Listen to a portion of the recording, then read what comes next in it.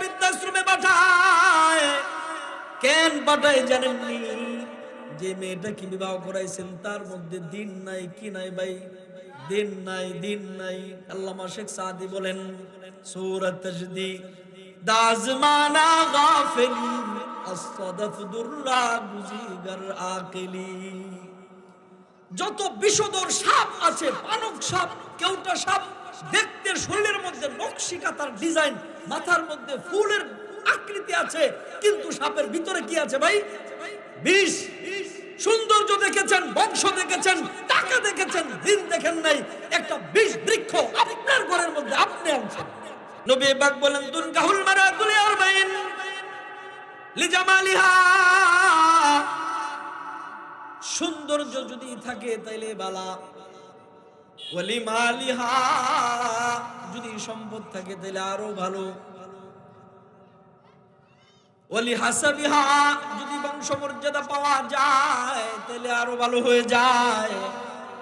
তবে এই তিনটা ওসল যদি 4 নম্বরে ওয়ালি দীনিহা, যদি দিন আর ইসলাম, ইসলামের তাহজিব তামাদ্দুন রক্ষণশীলতা, ইসলামের ইতিহাস আর ঐতিহ্য যেই মায়ের মধ্যে, যেই মেয়েটার মধ্যে না থাকবে, সৌন্দর্য আছে, বংশ ভালো আছে, টাকাও আছে, কিন্তু এই মেয়েকে বিবাহ করানো যাবে না। কেন? তার মধ্যে দিন নাই, ইসলাম নাই।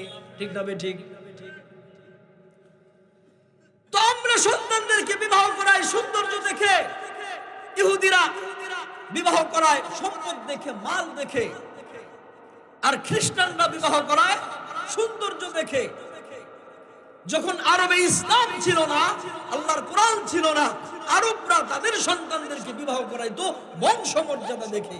যখন ইসলাম চলে এসেছে, বলি দীনিহা, দিন আছে, ইসলাম আছে, এইবার তুমি তোমার সন্তানকে বিবাহ করাও।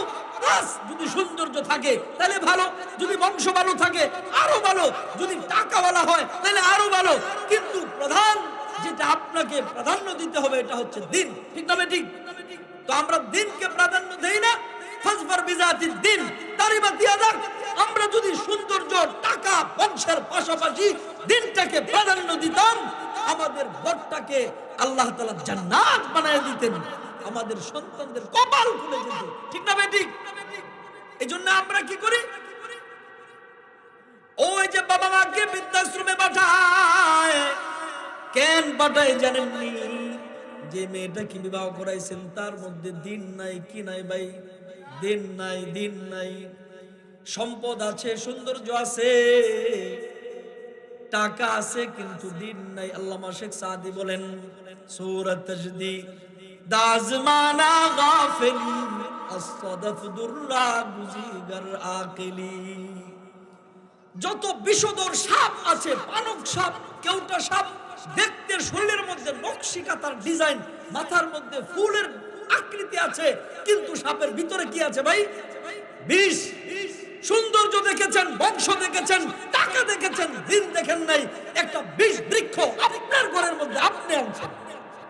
ঠিক না ঠিক? কষ্ট হইতেছে আপনাদের? অথচ আজ থেকে 40 বছর, 50, 60 বছর আগের দিকে তাকান, আমাদের মেয়েরা এত শিক্ষিত ছিল না। উন্নত জামানার টেকনোলজির আবিষ্কার, গুনাহ করার আসান সামান উপকরণ, ফেসবুক নামে এই টেকনোলজির আবিষ্কার, স্মার্টফোন দিয়ে টিকটক আমাদের মেয়েরা আগে কিন্তু পেয়েছিল না। ঠিক না ঠিক? এখন পেয়েছে। আগের জামানার আমাদের মায়েরা কাছে মোবাইল ছিল না, অত বেশি শিক্ষিত ছিল না, বলা চলে অর্ধ শিক্ষিত মূর্খ মা ছিল।